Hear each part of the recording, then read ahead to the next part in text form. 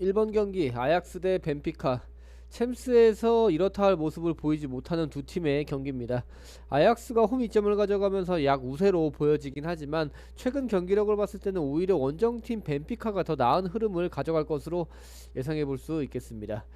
최근 리그에서도 실점보다는 득점에 더 익숙한 모습을 보이고 있고 3연패의 부진한 흐름을 타고 있는 아약스로서는 막는 데에만 급급한 모습을 보일 수도 있겠습니다.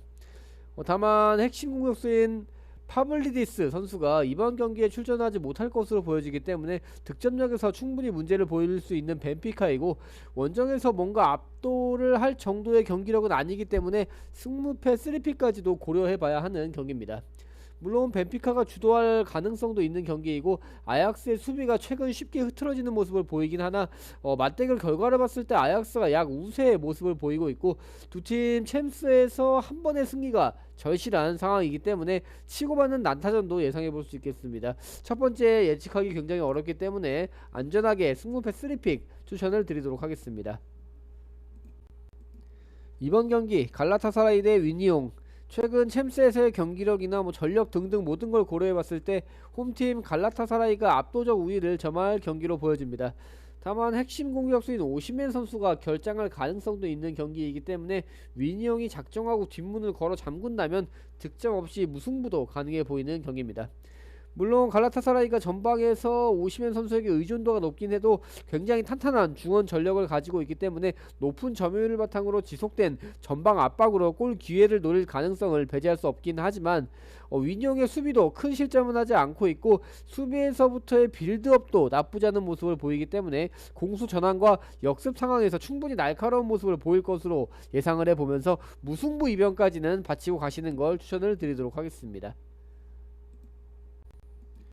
3번 경기 첼시 대 바르셀로나. 중원에서 팽팽한 힘 겨루기가 예상이 되는 경기입니다. 두 팀 모두 최고의 전력을 갖춘 만큼 무득점보다는 많은 득점을 예상해 볼 수 있는 경기이고 어느 한 팀이 우세하다고 볼 수 없을 만큼 재미있는 경기가 될 것으로 예상이 됩니다. 첼시가 홈에서 강한 경기력을 보이고 있고 최근 실점 없이 승리를 가져가고 있는 만큼 약간의 우세 속에서 경기를 치를 것으로 예상되긴 하지만 최근 바르셀로나의 공격이 불을 뿜고 있는 만큼 약간의 방심이 바로 실점으로 이어질 가능성도 있습니다. 근데 바르셀로나가 경기력이 좋다곤 하지만 최근 경기들에서 어이없는 실점을 내주면서 수비에서의 집중력이 떨어져 있고 원정에서는 실점률이 굉장히 올라가는 만큼 이번 경기에서도 수비 집중력이 떨어져 있다면 많은 실점도 가능해 보입니다.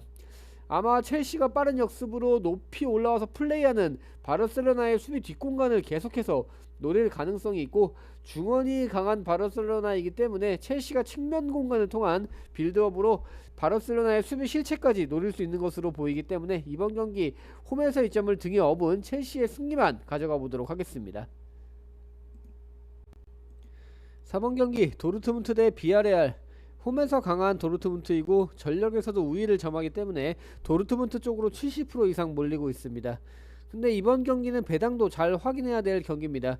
물론 도르트문트는 전방에서 기라시라는 걸실한 공격수를 보유하고 있고 중원도 탄탄한 전력을 갖추고 있긴 하지만 최근 경기들에서 본 수비력이라면 이번 경기 큰 실점도 할 가능성은 있어 보입니다. 물론 최근 홈에서 패배가 없고 챔스에서 준선 활약을 보여주는 도르트문트이지만 최근 경기들에서는 득점보다 실점이 더 많은 상황이고 상대적 약팀들에게도 큰 승리를 거두지 못하는 점을 고려해봤을 때 이번 경기 비아레알이 챔스 첫 승을 충분히 노릴 수 있겠습니다. 또 지난 두 팀의 맞대결을 봤을 때 오히려 비아레알이 1승 1무를 거두면서 상대적으로 강한 모습을 보이고 있고 도르트문트의 수비 실책을 잘 낚아채서 빠른 역습으로 골문을 노린다면 득점기에도 충분할 수 있습니다. 또 최근 경기들에서 실점률을 크게 줄인 비아레알이기 때문에 수비 집중력도 오히려 더 나은 모습을 보입니다. 저는 이번 경기에서 홈팀 도르트문트의 무패로 꺾어보도록 하겠습니다. 7번 경기 마르세유 대 뉴캐슬.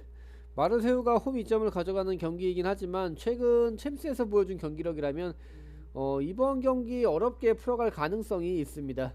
물론 좋은 전력을 갖추고 있는 마르세유지만 수비에서의 집중력은 다소 떨어진다는 평가가 있기도 하고 오바메영 선수를 필두로 공격 전개를 펼치긴 해도 다소 체력적인 문제를 보인다는 의견도 있습니다. 근데 그렇다고 해서 뉴캐슬이 압도적인 경기력을 보일 것이라고는 확신할 수 없겠습니다. 지난 홈경기에서 맨시티를 잡아내긴 했지만 원정에서는 많은 실점을 기록하고 있고 심각한 기복까지 보이고 있는 현재로서는 지난 경기에서의 기세를 쉽게 이어가기에는 무리가 있어 보입니다. 또 마르세유가 전통적으로 홈에서 강한 경기력을 보이고 있고 유동성 있는 빠른 측면 전환과 발빠른 윙어들의 측면 압박을 통한 날카로운 공격 전개를 펼치기 때문에 원정에서의 수비 기복을 보이는 뉴캐슬의 골문을 노리기에는 충분해 보입니다. 이번 경기 많은 골을 기대해볼 수 있겠고 뉴캐슬의 승리가 약 우세로 평가되긴 하지만 저는 이번 경기에서 홈팀 마르세유의 승리 쪽으로 꺾어보도록 하겠습니다. 8번 경기 코펜하겐 대 카이라트. 코펜하겐의 승리적으로 80% 가까이 몰리고 있는 상황에서 무승부와 패배 이변으로는 손이 잘 안가는 게 사실입니다. 다만 양팀 지난 경기들의 결과를 봤을 때 코펜하겐이 압도적으로 경기력이 좋다고 볼 수 없습니다. 전력에선 약 우위를 점하긴 하지만 챔스에서 보여준 경기들을 봤을 때는 카이라트가 원정에서도 충분히 해볼만해 보입니다.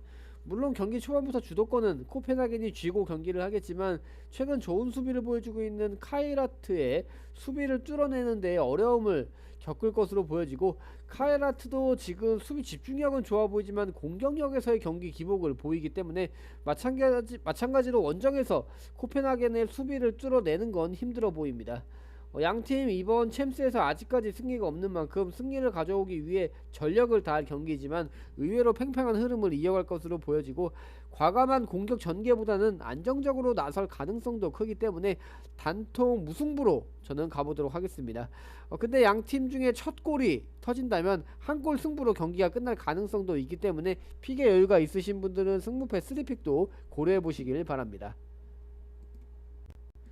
11번 경기 아틀레티코 마드리드 대 인터밀란. 최근 좋은 결과를 가져오고 있는 두 팀의 경기인 만큼 이번 경기 예측하는 데 어려움이 있습니다. 근데 홈에서 이점을 가져가는 아틀레티코가 경기 주도권을 가지고 더 높은 점유율을 취하며 경기할 것으로 예상해 보도록 하겠습니다. 최근 실점률도 굉장히 크게 줄였고 기복 없는 경기력으로 승리해야 할 경기들은 확실히 잡아주고 있습니다. 또 최근 들어 측면 공격력이 살아나고 있고 빠른 수비 전환으로 안정적인 수비를 보여주고 있기 때문에 더 나은 경기를 치를 것으로 보입니다. 물론 인터밀란은 라우타로를 필두로 좋은 공격 전개를 보여주고 있지만 슈팅 수에 비해서 좋지 못한 골 결정력을 보여주고 있는 게 사실이고 3백을 통한 중원 장악을 시도하겠지만 중원 싸움도 아틀레티코가 밀리지 않을 가능성도 크기 때문에 공격 빌드업에서의 어려움을 겪을 것으로 보여지는 인터밀란입니다. 저는 이번 경기 홈팀 아틀레티코의 승리만 가져가 보도록 하겠습니다. 12번 경기 프랑크푸르트 대 아탈란타. 프랑크푸르트는 최근 경기들에서 빠른 공격 전환으로 연승을 거두고 있고 4경기째 패배를 기록하지 않으면서 이번 경기에서도 승리를 기대하게 하고 있습니다. 아탈란타가 전력에서 결코 뒤처지는 팀은 아니지만 프랑크푸르트가 홈에서 경기를 주도할 가능성이 크고 버카르트 선수를 필두로 전방에서 더 나은 경기력을 보여줄 가능성이 큽니다. 다만 최근 프랑크푸르트는 홈에서 많은 실점을 기록하면서 수비 집중력이 흐트러지는 모습을 보이고 있고 유럽 대항전에서 강한 아탈란타이기 때문에 프랑크푸르트가 압도적이라고는 할 수 없겠습니다. 다만 아탈란타가 최근 경기들에서 득점력에서의 어려움을 보이면서 최악의 골 가뭄을 겪고 있고 지난 두 팀의 맞대결 결과를 봤을 때도 프랑크푸르트의 우세가 점쳐지는 경기이기 때문에 홈팀의 승리는 가져가겠습니다. 그리고 프랑크푸르트가 홈에서 강한 전방 압박을 통해서 골문을 계속 두드리고 아탈란타가 내려앉아서 골문을 단단히 걸어 잠그는 그림도 그려보면서 무승부까지는 같이 가져가 보도록 하겠습니다. 14번 경기 올림피아코스 대 레알 마드리드. 원정팀인 레알 마드리드가 주도권을 쥐고 경기할 가능성이 큰 경기입니다. 단순 이름값으로만 계산을 때려봐도 레알 마드리드가 패배할 가능성은 크지 않은 경기이기 때문에 이번 경기에서 이변이 나온다면 2월까지도 가능한 회차입니다. 근데 여기서 반전픽을 갈 사람들이 많이 없겠지만 저는 이번 경기에서 중복 폴더로 꺾어보도록 하겠습니다. 레알 마드리드가 지난 원정 경기에서 보여줬던 경기력이라면 올림피아코스도 충분히 해볼만하고 볼 수 있겠고 엘카비 선수와 타레미 선수가 전방에서 보여주는 퍼포먼스라면 원정에서 실점이 많은 레알 마드리드의 수비는 어렵지 않게 벗겨낼 수 있는 그림도 그려지기 때문에 10% 아래의 투표율로 중복 폴더 하나쯤은 줘도 괜찮지 않나 생각이 됩니다. 단순하게 레알 마드리드의 지난 경기 상대팀인 엘체와 올림피아코스의 경기를 예측해 본다면 레알 마드리드가 이번 원정 경기에서 압도적이진 않을 것이다 라고 예측을 해보도록 하겠습니다. 이번 경기에서 홈팀 올림피아코스의 승리와 패배 2개로 꺾어보도록 하겠습니다.